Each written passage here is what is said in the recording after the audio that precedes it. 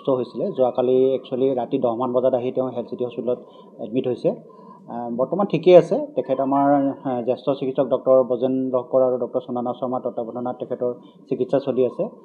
অহাৰ সময়ত তেওঁৰ অকণমান ডিহাইড্ৰেশ্যন আৰু অলপ উইকনেছ আছিলে। এতিয়া আমি সকলো পৰীক্ষা নিৰীক্ষা কৰিছোঁ। এতিয়া বৰ্তমান সুস্থই, তেওঁক কিন্তু অকণমান ৰেষ্টৰ প্ৰয়োজন। গতিকে আমি ভাবিছোঁ তেওঁ অলপ ৰেষ্টত থাকিলে সকলো ঠিক হ'ব। সেইটো আমাৰ ডক্টৰসকলে ডিচিশ্যন ল'ব। কিন্তু এতিয়ালৈকেতো তেওঁ ধৰক যিখিনি পৰীক্ষা নিৰীক্ষা কৰিছে তাৰ সম্পূৰ্ণ ৰিপৰ্ট অহা নাই। যদি আজি আহে তেখেতসকলে চাই মেলি কালি বা পৰহিৰ ভিতৰত ডিচিশ্যন ল'ব। বাকী তেওঁ ভয় কৰিবলগীয়া একো কাৰণ নাই, বৰ্তমান সুস্থই আছে। খালি তেওঁ জিৰণিৰ প্ৰয়োজন।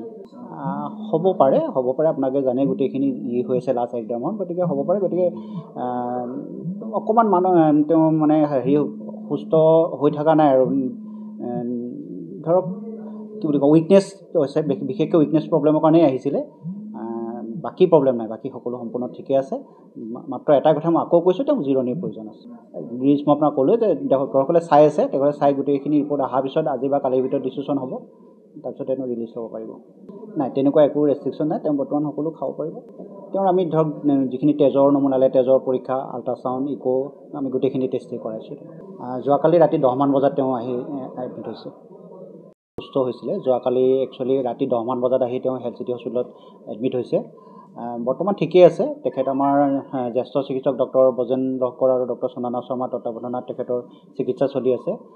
অহাৰ সময়ত তেওঁৰ অকণমান ডিহাইড্ৰেশ্যন আৰু অলপ উইকনেছ আছিলে। এতিয়া আমি সকলো পৰীক্ষা নিৰীক্ষা কৰিছোঁ। এতিয়া বৰ্তমান সুস্থই, তেওঁক কিন্তু অকণমান ৰেষ্টৰ প্ৰয়োজন। গতিকে আমি ভাবিছোঁ তেওঁ অলপ ৰেষ্টত থাকিলে সকলো ঠিক হ'ব। সেইটো আমাৰ ডক্টৰসকলে ডিচিশ্যন ল'ব। কিন্তু এতিয়ালৈকেতো তেওঁ ধৰক যিখিনি পৰীক্ষা নিৰীক্ষা কৰিছে তাৰ সম্পূৰ্ণ ৰিপৰ্ট অহা নাই। যদি আজি আহে তেখেতসকলে চাই মেলি কালি বা পৰহিৰ ভিতৰত ডিচিশ্যন ল'ব। বাকী তেওঁ ভয় কৰিবলগীয়া একো কাৰণ নাই, বৰ্তমান সুস্থই আছে। খালি তেওঁ জিৰণিৰ প্ৰয়োজন।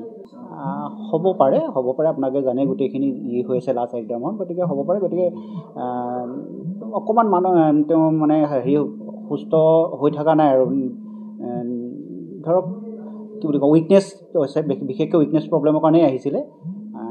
বাকী প্ৰব্লেম নাই, বাকী সকলো সম্পূৰ্ণ ঠিকে আছে। মাত্ৰ এটা কথা মই আকৌ কৈছোঁ, তেওঁক জিৰণিৰ প্ৰয়োজন আছে। ৰিলিজ মই আপোনাক ক'লোৱে যে ডক্টৰসকলে চাই আছে, তেখেতে চাই গোটেইখিনি ৰিপৰ্ট অহাৰ পিছত আজি বা কালিৰ ভিতৰত ডিচিশ্যন হ'ব। তাৰপিছত তেওঁ ৰিলিজ হ'ব পাৰিব। নাই, তেনেকুৱা একো ৰেষ্ট্ৰিকশ্যন নাই। তেওঁ বৰ্তমান সকলো খাব পাৰিব। তেওঁৰ আমি ধৰক যিখিনি তেজৰ নমুনালে তেজৰ পৰীক্ষা, আল্ট্ৰাচাউণ্ড, ইক' আমি গোটেইখিনি টেষ্টেই কৰাইছোঁ। যোৱাকালি ৰাতি 10মান বজাত তেওঁ আহি এডমিট হৈছে।